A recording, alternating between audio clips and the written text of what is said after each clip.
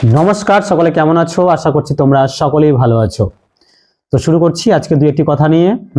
তো টপিকটা তোমরা বুঝতে পারছো কি হতে পারে, সেটা হচ্ছে আগামীকাল 30 নভেম্বর ডাব্লিউবি কনস্টেবল তোমাদের গুরুত্বপূর্ণ একটা এক্সাম রয়েছে। আজ 29 তারিখ, আগামীকাল 30 নভেম্বর একটা গুরুত্বপূর্ণ এক্সাম হচ্ছে ডাব্লিউবি কনস্টেবল। তো তোমরা সকলেই আশা করছি রেডি হয়ে গেছো। কারেন্ট অ্যাফেয়ার্স নিয়ে একটু বলি। কালকে কারেন্ট অ্যাফেয়ার্স কিন্তু কোশ্চিন আসতে পারে 2 থেকে 3টে, আমার মন বলছে 2 থেকে 3টে কারেন্ট অ্যাফেয়ার্স কোশ্চিন কিন্তু দিতেই পারে কালকে। সেজন্য সাবধান হয়ে যাও। তবে 24 সাল এবং 25 সালকে আমরা বেশি হিট করব, কারণ বাকি 23 সাল কিন্তু চান্স খুবই কম আছে, তবে কখনো কখনো দিয়ে দেয়। তবে আমরা 24-25 সালটা একটু বেশি করে দেখে যাব। তো সকলের দেখা মোটামুটি হয়ে গেছে, আবার রিভিশন দিয়ে দাও।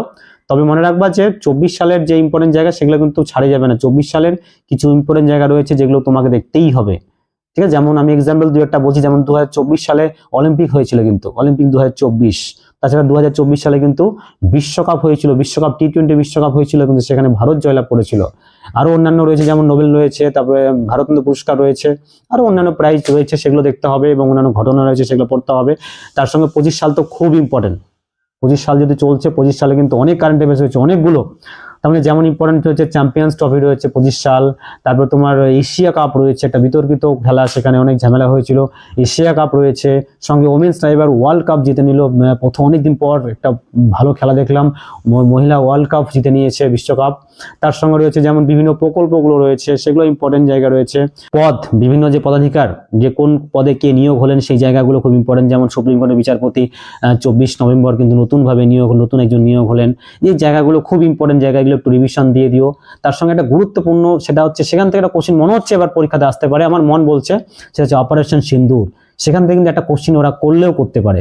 তো যাই হোক, আমি ভিডিওটা বাড়াবো না, তবে এই জায়গাগুলো একটু দেখে যাও, রিভিশন দাও, কারেন্ট অ্যাফেয়ার্সগুলো দেখো।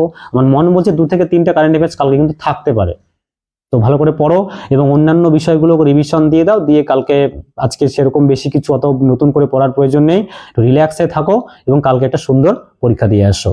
তোমাদের পরীক্ষা, কালকের পরীক্ষা কিন্তু তোমার প্রিপারেশনের 60% কভার করবে এবং তারপরে 40% তোমার ইন্টারভিউ এবং মাঠের মধ্যে কভার হবে।